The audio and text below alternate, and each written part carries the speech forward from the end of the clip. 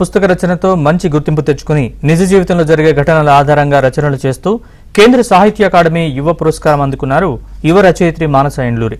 బెంగళూరులో జరిగిన బుక్ బ్రహ్మ సాహితీ ఉత్సవాల్లో ఆమె పాల్గొన్నారు.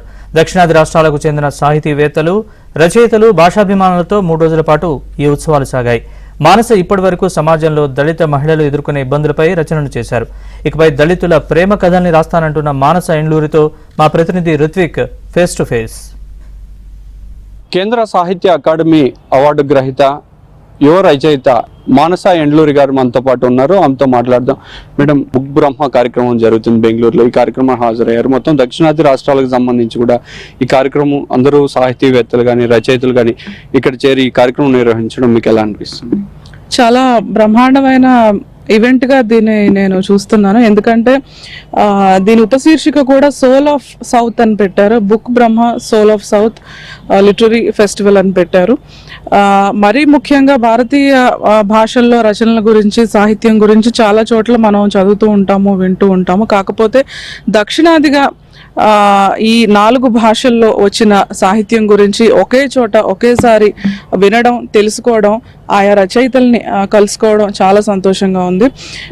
ఇటీవల పుస్తకాలు కూడా చాలా వరకు దక్షిణాది పుస్తకాలు ప్రపంచవ్యాప్తంగా కూడా ప్రాచుర్యం పొందడం, ఆ రచయితల్ని ఇక్కడ కలుసుకోవడం, మమ్మల్ని చూసి ఇతర రాష్ట్ర రచయితలు చూసి ఆనందించడం, మా రచనల గురించి మాట్లాడడం చాలా నిజానికి కొత్త అనుభవంగా దీన్ని నేను చూస్తున్నాను. మీ రచనల విషయానికి వస్తే తొలి పుస్తకంతోనే మీరు చాలా ఆదరణ పొందారనే చెప్పచ్చు. మొత్తం కూడా ఈ ఎవరైతే వెనకబడిన తరగతుల మహిళల గురించి ఎక్కువగా తీసుకొని వాటి గురించి రాయాలని మీకు ఎందుకు అనిపించింది? మహిళల గురించి మనం మాట్లాడినప్పుడు ప్రతి మహిళ ఒకటే, ప్రతి మహిళ ఇతర మహిళకు సమానమే అని మనం వింటూ ఉంటాము. కాకపోతే మహిళల్లో కూడా వర్గాలు ఉంటాయి, హెచ్చుతగ్గులు ఉంటాయి, పొరపచ్చాలు చాలా ఉంటాయి. అది లింగపరంగా కానీ, అంటే స్థాయి పరంగా కానీ, ప్రాంతీయ పరంగా కానీ, వర్గపరంగా కానీ, ఆర్థిక పరమైన భేదాలు చాలా వరకు స్త్రీలలో కూడా ఉంటాయి.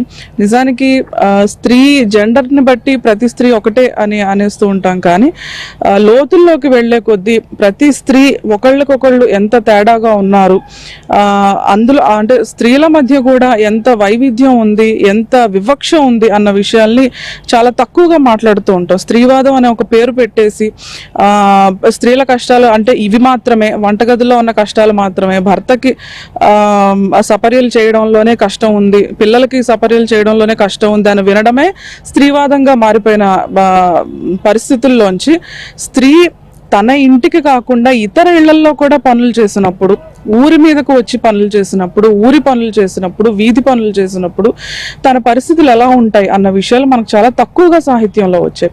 అటువంటి ఒక కమ్యూనిటీకి చెందిన దానిగా, చదువుకున్న దానిగా వీళ్ళ గురించి బయటికి రావాలి అన్న విషయాల పట్ల నేను ఎక్కువగా ఆసక్తి చూపించాను. అదేవిధంగా ఒక అంటే తక్కువ స్థాయి కమ్యూనిటీ నుంచి వచ్చినా కూడా ఇప్పుడు చదువుకొని రిజర్వేషన్స్ తోటో లేకపోతే ఇంకేదో కష్టాలు పడో చదువుకొని వచ్చిన తర్వాత కూడా స్థితిగతులు మారిన తర్వాత కూడా కులం పేరుతో ఎలా వీళ్ళందరూ వివక్షని ఎదుర్కొంటున్నారు. చదువుకున్నా కూడా కార్పొరేట్ కల్చర్లో కులం ఎలా ఉంటుంది, మనం అందరం సమానం అనుకునే పబ్బుల్లో కూడా కులం ఎలా ఉంటుంది, మనం అందరం సమానంగా అనుకునే సినిమాల్లో కులం ఎలా ఉంటుంది, అందులో ఎస్పెషల్లీ స్త్రీల పట్ల ఎలా ఉంటుంది అన్న విషయాల్ని నేను చర్చించాలని కథలు రాస్తున్నాను. కెమెరా పర్సన్ సునీల్తో కలిసి రుత్విక్, ఏబిఎన్ ఆంధ్రజ్యోతి, బెంగళూరు.